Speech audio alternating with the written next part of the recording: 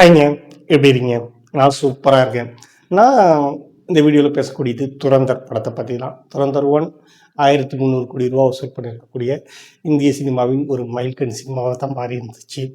Gulf கண்ட்ரீஸ்லலாம் தடை போட்டதுக்கப்புறமாவும் பேயோட்டம் ஓடுன படம். கிட்டத்தட்ட 3 மணி நேரம் ஓடுன ஒரு படம். அந்த படத்தோட சீக்வல் அடுத்த 4 மாசத்திலேயே ரிலீஸ் ஆகுது. எப்படி இருக்குங்கிறது தெரியல. நான் இப்போ சொன்ன மாதிரி தான் துரந்தர் 1300 கோடி ரூபாய் வசூல் பண்ணியிருக்கு. இந்த படம் அவ்வளோ வசூல் பண்ணுமான்னு கேட்டால் வாய்ப்புகள் குறைவு தான் சொல்லுவேன். அப்படின்னா உடனே படம் நல்லா இல்லை அப்படின்லாம் நினச்சிடாதீங்க. ஏன்னா இந்த படம் வந்து 4 மணி நேரம் ஓடுதுங்க. கிட்டத்தட்ட ஒரு நாளைக்கு 3 ஷோலேருந்து அதிகபட்சம் 4 ஷோ மட்டும் தான் பண்ண முடியும். 5 ஷோலாம் போடுறதுக்கான வாய்ப்புகள் கிடையாது. அந்த அளவுக்கு படம் ரொம்ப பெரிய படம். ஆனால் அந்த 4 மணி நேரத்தை வன்முறையோடு பேசியிருந்தாலும் அந்த படத்தோட வரைகலை அப்படிங்கிறது நம்மளை உட்கார வைக்குது. 4 மணி நேரம் போனதே தெரியல. இன்னமும் சொல்ல போனால் செகண்ட் ஹாஃப் மட்டும் 2.25 மணி நேரம் படம் ஓடிக்கிட்டே இருக்கு.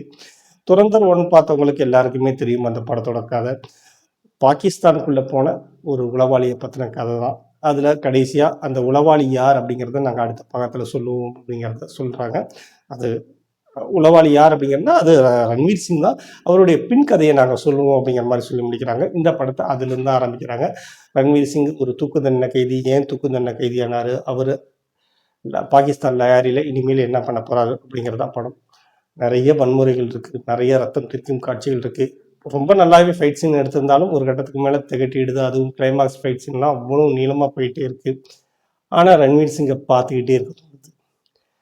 நான் பத்மாவத் படத்தை ரன்வீர் சிங்காகவே 10 தடவைக்கு மேலே பார்த்துருப்பேன். அந்த அளவுக்கு அவரோட மேஜிக் அந்த ஸ்க்ரீனில் அவர் வந்தார்னா அவரை தவிர வேறு யாரையுமே பார்க்கவே முடியாது அப்படிங்கிற லெவலுக்கு அந்த அளவுக்கு மேஜிக் பண்ணியிருக்காரு. நிச்சயமாக இந்த படம் பார்க்க வேண்டிய படமா அப்படின்னு கேட்டால் என்னை பொறுத்த வரைக்கும் பர்சனலாக இந்த படம்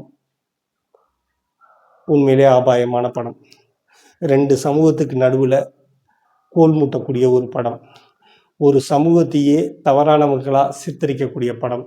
ஆனால் படத்தில் பேருக்கு ஒரு விஷயம் சொல்லுவாங்க, நாங்கள் உங்களுக்கோ உங்கள் நாட்டுக்கோ எதிரிகள்லாம் கிடையாது, உங்கள் நாட்டின் தீவிரவாதத்துக்கு மட்டுமே எதிரி அப்படின்னு சொன்னாலும் இந்த படம் உண்மையிலேயே சின்ன சின்ன கோல்முட்ட வேலைகள், சின்ன சின்ன வெறியை உருவாக்கக்கூடியது, ஒரு சித்தாந்தத்தை நோக்கி செல்லக்கூடிய இது படமாக தான் இருக்குது. குறிப்பாக சொல்ல போனோன்னா பண மதிப்பிழப்பு, ராமர் கோவில் கட்டுறது, இந்த மாதிரியான விஷயங்களை எல்லாத்தையுமே நியாயப்படுத்துது. அதில் நியாயம், சரி, தவறுகள், சட்ட சிக்கல்கள் எல்லாமே இருக்கலாம்.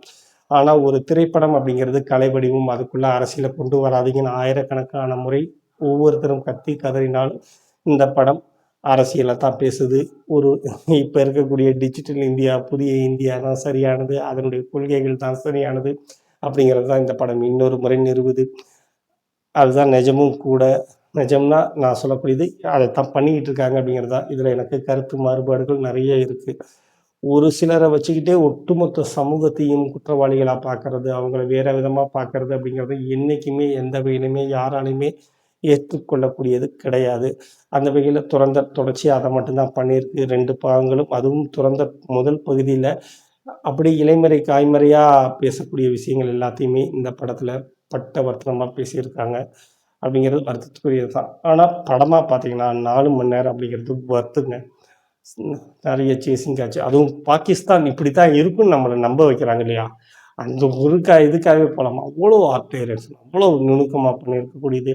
மியூசிக் பொறுத்த வரைக்கும் போன தடவை மாதிரி இல்லை. ஏன்னா போன தடவை எடுத்த எந்த மியூசிக்குமே இவங்க யூஸ் பண்ண முடியாது. ஏன்னா இந்த தடவை ஆடியோ ரைட்ஸ் இன்னொரு கம்பெனி கொடுத்ததுனால இந்த தடவை புதுசாக போடுறாங்க. அந்த பழைய பெப்பி இல்லை அப்படிங்கிறது தான் நிஜம். அதே மாதிரி அக்ஷய் கண்ணா போன இதுலேயே இறந்து போயிட்டார். அவர் ஒரு மாசி கிரியேட் பண்ணியிருப்பார் இல்லையா, அது இந்த தடவை மிஸ் ஆகிடுச்சு. அர்ஜுன் ராம்பால் அந்த இடத்த ஃபில் பண்ண முடியல. பட் மாதவன் போன இதில் வந்து ரொம்ப கம்மியாக தான் வந்தார். அஜய் சன்வால் அப்படிங்கிற கதாபாத்திரம் இந்த தடவை நிறையவே திரையை வியாபித்திருக்கிறார். ஆனால் எல்லாத்தையும் தாண்டி நம்ம பார்க்கக்கூடியது ரன்வீர் சிங்காக. ரன்வீர் சிங்கு ஃபுல்ஃபில் பண்ணியிருக்காருன்னு தான் சொல்ல முடியும். பாருங்கள், உங்களில் எத்தனை பேருக்கு படம் பிடிக்கும்னு தெரியலை. இந்த படம் கண்டிப்பாக 18+ வன்முறை காட்சிகளுக்காக என்ன சொல்கிறது, 18+ அப்படிங்கிறத தாண்டியும் கொஞ்சம் தைரியமான மனநிலை உள்ளவங்க தான் பார்க்கணும் அப்படிங்கிற லெவலுக்கு வன்முறைகளுடைய எல்லைகள் எல்லாம் தாண்டி போயிருக்காங்க.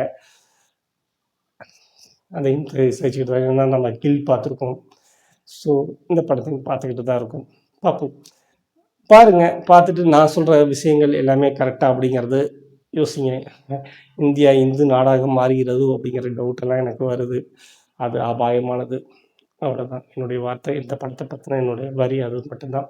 இன்னொரு வீடியோவில் சந்திப்போம். நன்றி.